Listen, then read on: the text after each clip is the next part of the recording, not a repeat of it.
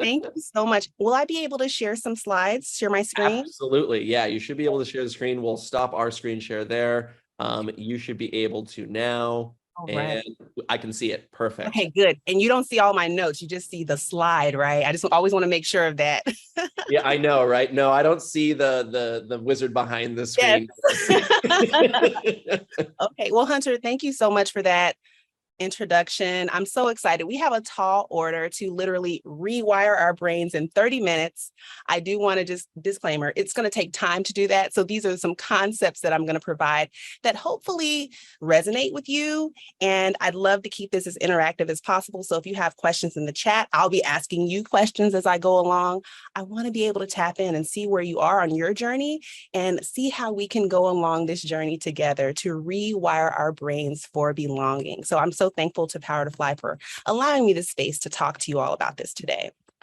So there were questions that came in. Some of the organizers gave me these questions in the beginning as I was preparing to talk to you today. So I want to make sure that we answer these questions. But like I said, we have 29 minutes to get through this. So I'll be providing some resources at the end that you could stay in touch with me so we can keep this conversation going.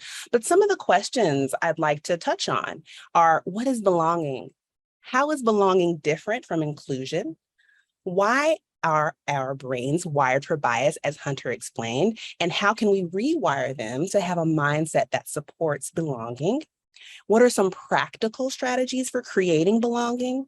And then what are the benefits for belonging, both for me as a person, as an individual, and also for the organizations that we're in? Those are the questions I'd like to provide some answers to as we talk today. And Hunter already went through my bio, so I'm not going to spend too much time on this, but I just always like to say, yes, there were a long long list of things he read about me. Obviously, I love to learn and I am passionate about this topic. I'm passionate about helping others, but I am human and belonging is important to me. And so that's where I'm coming to you today. As a human to human, I want to connect. I want to talk about the struggles that come along with this, why we are typically wired the way we are, and how we can open up this conversation, how we can begin to think about things differently if we're not already in tune with what belonging is. I'd love for us to have a sense of internal, personal belonging, in addition to understanding how we create that, how we co-create that together in the spaces that we're in. So with that, I'd love to ask you this question to open it up. What comes to mind when you think of belonging? What type of words come to mind for you? And if you could answer in the chat, I'll look and see if anything comes up so I can respond. I'd love for this to be a two-way dialogue. When I do these things, I'm learning as I hopefully have you learning. So I want to be a learner as well. So lifelong learner, right along here with you. So as you type questions, if you're paying attention and if you're tapped in and want to chat, please put the answers in the chat. I'm going to continue to move forward and share what some people say belonging is by definition. There's the definition that we have here on the screen, the human emotional need to be an accepted member of a group, whether it is a family, friends, coworkers, religion, or something else. As humans, we have an inherent desire to belong and to be an important part of something greater than ourselves. And so there are other definitions. Some I pulled from the American Psychological Association, which says the feeling of being accepted and approved by a group or society as a whole. It's also called belongingness. The Oxford Dictionary talks about it being an affinity for a place or a situation. Then, once again, feeling like an important member of a group, vocabulary.com says. And the feeling of security and support when there's a sense of acceptance and inclusion and identity for a member of a certain group. That's Cornell University, a more diversity, equity, and inclusion focused definition. So for me, my own personal experience of belonging is, this is my definition, this is Keshawn Hughes. When I think of that word and that experience, is feeling invited, seen, heard, welcomed, and in the words of my fave, Beyonce, cozy, feeling comfortable in my skin. That's when I feel that sense of belonging. So something I'd like to dive a little bit deeper into when we think about belonging as understanding it as sense and space. Sense and space. So in those definitions I gave, some of those words were utilized, a lot of sensory expression of belonging, feeling, emotion-based words that were used. And so they're equally important as space, which is more external, collective, and organizational. So there's a personal, individual experience of belonging, and then an external, collective experience of belonging. And that can be described as sense and space. So we have them all converging here. So when we think about the sensory in a culture of belonging, according to Deloitte, these three elements are present: comfort, connection, and contribution. And then factors that go into a person's sense of belonging within in space, an environment, our environment, the interaction and participation, having a sense of safety as we interact and participate, housing, the condition of the housing or the buildings that we're in virtually and in person, actual buildings that we can feel and touch. And then also physical design. So environment, safety, design, that describes the space. And to paraphrase Brene Brown, who's done a lot of work on belonging and safety and courage, she says belonging is being a part of something bigger than yourself, and also standing alone and belonging to yourself above all else. So that's what belonging is. Do we have any questions, or is anything coming up that's related to these definitions and descriptions? I'm just curious. Let me know. So when you think of belonging, oh, Natasha says, okay, having a seat at the table, being seen and heard for who you are and not feeling that you have to mask or assimilate to fit in. That's it. That's it. That's actually in a couple of slides, but absolutely that fitting in, assimilation, that is what belonging is not. That is what belonging is not. And I know, thank you for sharing that, Natasha. Oh, Kristen says, feeling supported, being able to be my most genuine self. I love that word, genuine. It's who we are without trying, right? It's just how we wake up. Anne says, part of the group, but as myself, 100%, 100%. These are such good descriptions. Thank you all for sharing. Thank you. I know we have an international audience for this talk. In the United States, if you don't have a peanut allergy, eat peanut butter and jelly sandwiches. And if you don't have a gluten sensitivity, we eat peanut butter and jelly sandwiches. So that's what's on the screen now, just to provide you with some type of metaphor.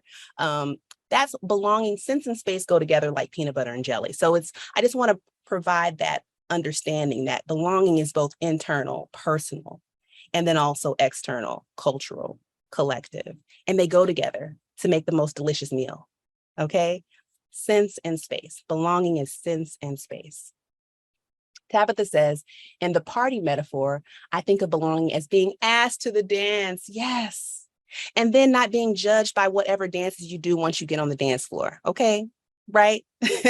No judgment. It's a safe space for us all to just show up and dance and be free, however our body moves, right?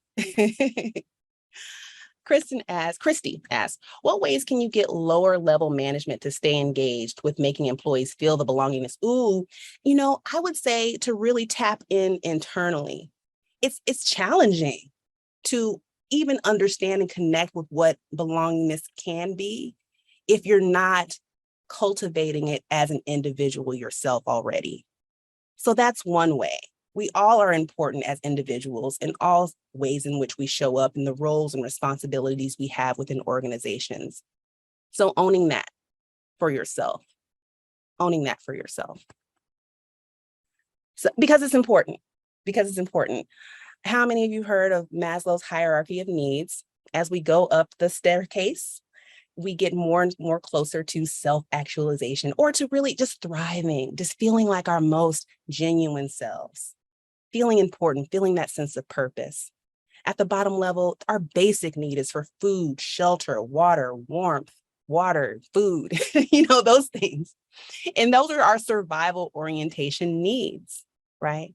But we have to go up a couple of steps. And when we do, that's where belonging sits. So as we navigate life on our own journeys, belonging is essential to thrive, to thrive. It's more essential to us to thrive than even water. So imagine that. It's essential to our mental health, our sense of physical health and well-being, our happiness, our satisfaction with self and in the ways that we show up.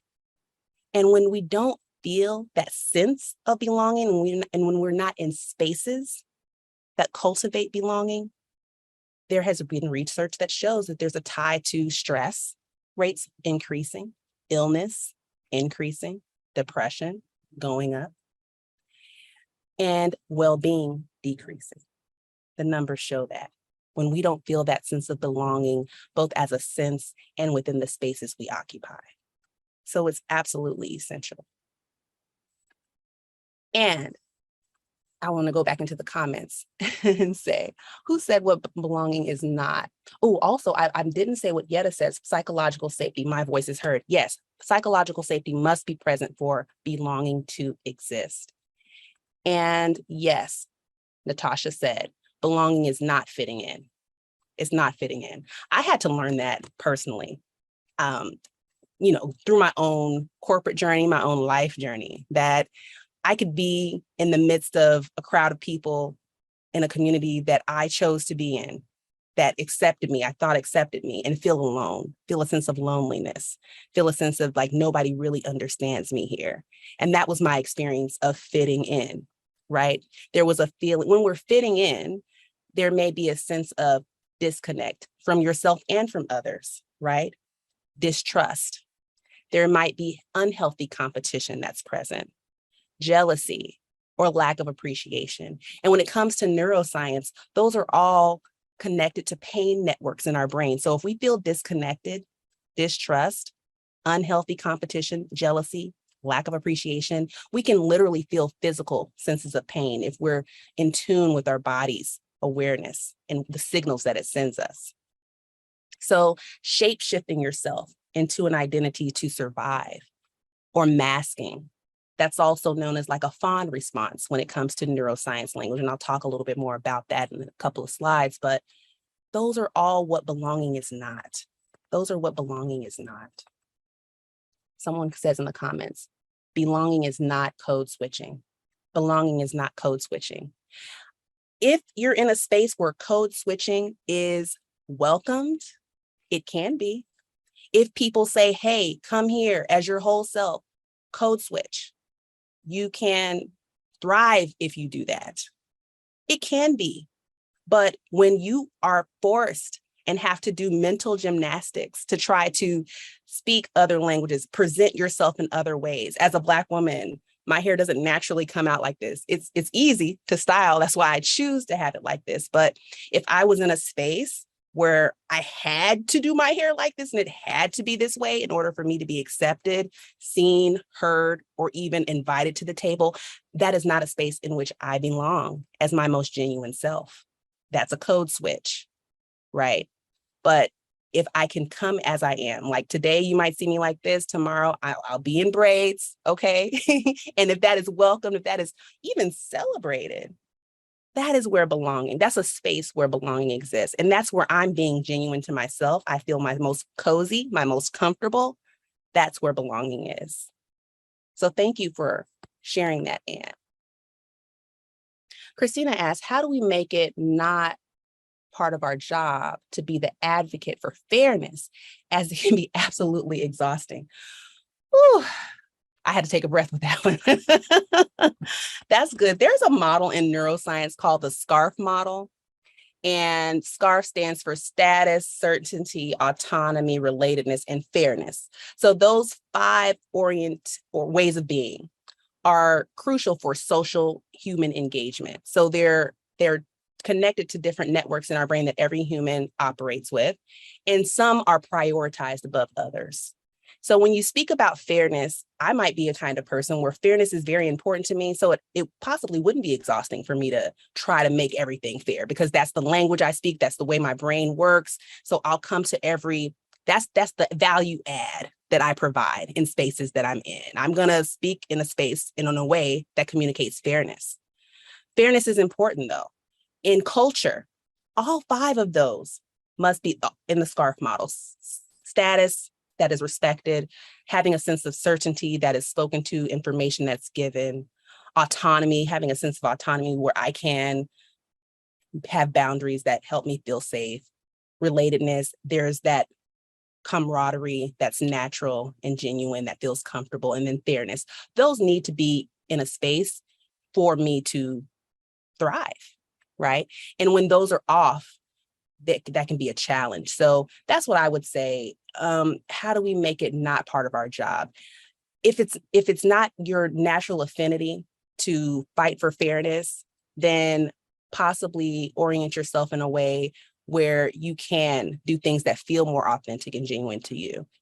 And once again, cultivate that sense of belongingness. That comes from cultivating that sense of belongingness from within, really understanding what signals are coming up for you that let you know, I need to draw back. I need to add some space between the stimuli that's coming at me and how I respond. That's a neuroscience-based term too. Whenever we're getting into a place of feeling like overwhelmed, stress, overstressed, let's add some space, whether it's emotional space or physical space, to be able to get back to that safe space, hopefully, to then respond from there. Thank you for these questions. They're so good. So what is inclusion and how is it different from belonging? Remember, that's one of the questions I want to answer today. And it's intentional. It's action-oriented. Remember, belonging is sense and space, and inclusion is active. So inclusion is the action state of including or being included within a group or a structure. There's thought put behind it, which makes it intentional. And inclusion begets belonging. You don't have belonging if inclusion is not at the foundation, if inclusion is not an active way of participating within a space. Okay, so once inclusion is activated, people experience that sense of belonging.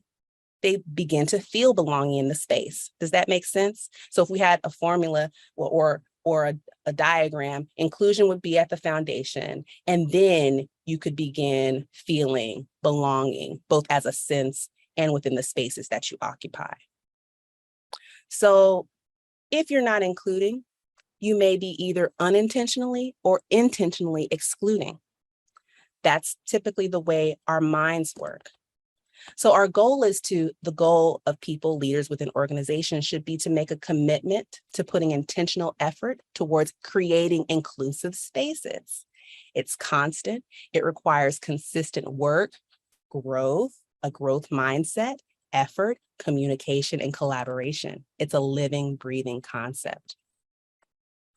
So there are some neuro-based responses that will let you know when inclusion and belonging is actively occurring within a space and internally. These are internal responses you'll notice within yourself.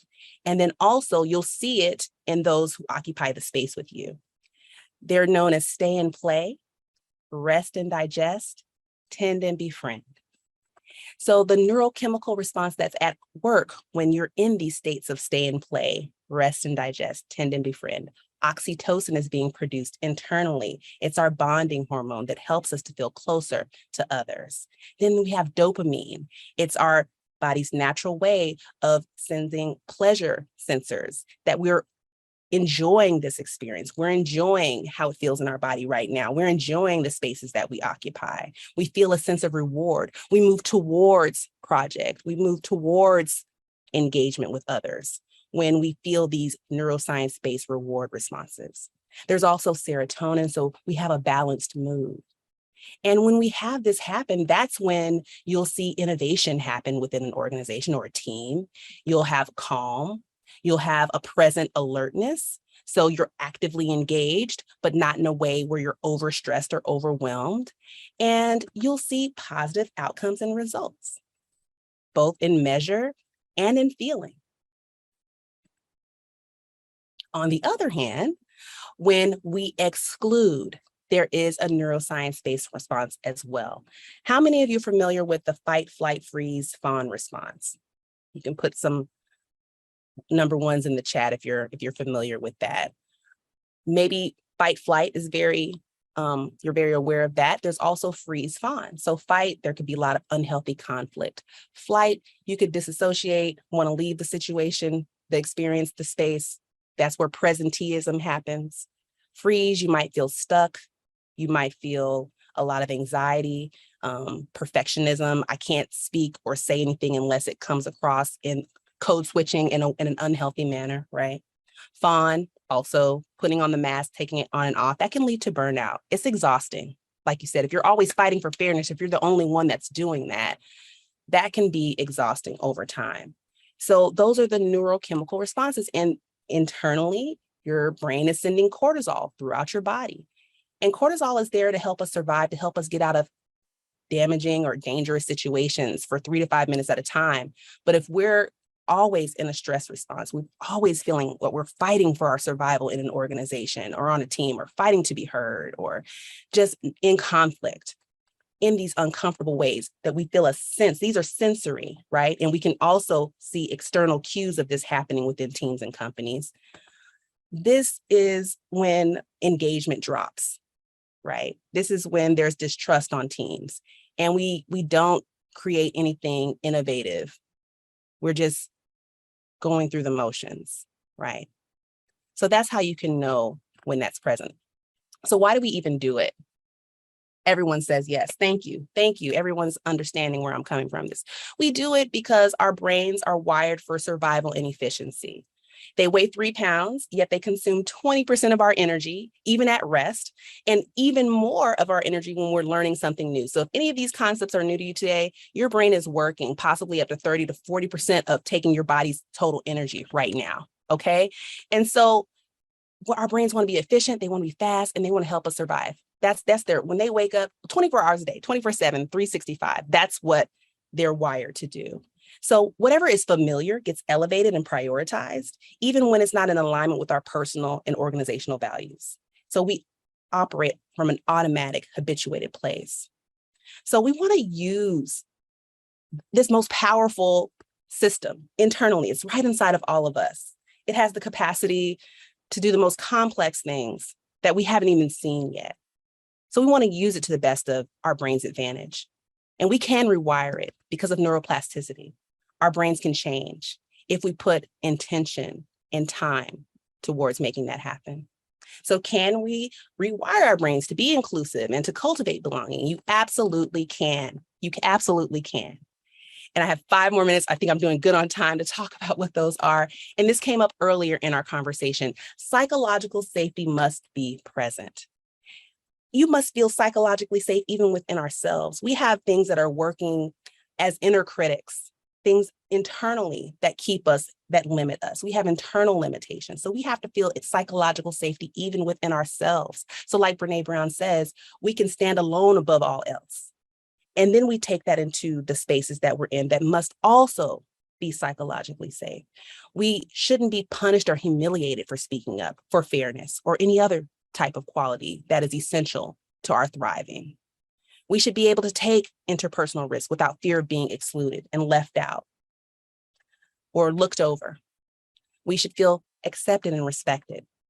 And we should co-create ground rules for engagement. These should be two-way dialogic experiences, just like we're having here. You're telling me and I'm responding and I'm talking to you so that we can engage and get close and decrease distance. The closer we are to each other and to our daily challenges, the more likely we are to resolve them, the more likely it is to feel safe that, you can get close to my imperfection and not push me away. I can be seen, heard, and heard and encouraged to still come along on the journey. So how can we do that? How can we rewire our brain for belonging? CALM, that's an acronym that I use. It's to be conscious, aware, to label, and to mitigate. Be conscious of when biases are coming up in me. Oh, I think I'm responding like that out of habit. I think I want to respond differently. That's not necessarily in alignment with my own values personally. So how can I then put some space between me and the stimulus? Take some emotional space, some physical distance, but come right back to it. So often we can flight and never come back to things, right? We can flight and never come back to things. So that's how you rewire your brain. You begin with calm, being conscious, aware, and then labeling, actually putting a name to it. Oh, I think that's this type of bias or that type, right? Being a lifelong learner. Then in organizations, we have to train this into our employees, into people that we work with. This is something we come together in organizations, all different from different backgrounds. And so we have to be taught how to be unbiased, how to have shared language that we can use to describe different projects we're working on, to describe cultural aspects that we want to attain, right? And we have to habituate it, be rewarded for it. So how can we reward people who are being wonderful allies, who are operationalizing, speaking up, and making recommendations for people who need to be on high visibility roles and projects who typically aren't chosen to do so? How can we disrupt microaggressions? We have to work that into our operations. And when we do, the benefits personally, we're smarter, we're healthier, and we're more engaged. That's personally, because when we are left out, we experience cognitive declines, right? And by contrast, people who are included feel cognitive gains. And we see it across organizations. We're 2 times more likely to meet financial targets, 3 times more likely to be high performing, and so on and so forth. So it's absolutely a no-brainer. Rewiring your brain for belonging is a no-brainer. And I hope that you'll come along on this journey with me. I have a couple of links that you can go to the Survey Monkey, tell me how this was for you, and go to bit.ly/belong1013, that's today's date, and tell me if you'd like some coaching, consulting along these lines to build and cultivate more belonging within yourself and within the teams that you serve. Thank you so much.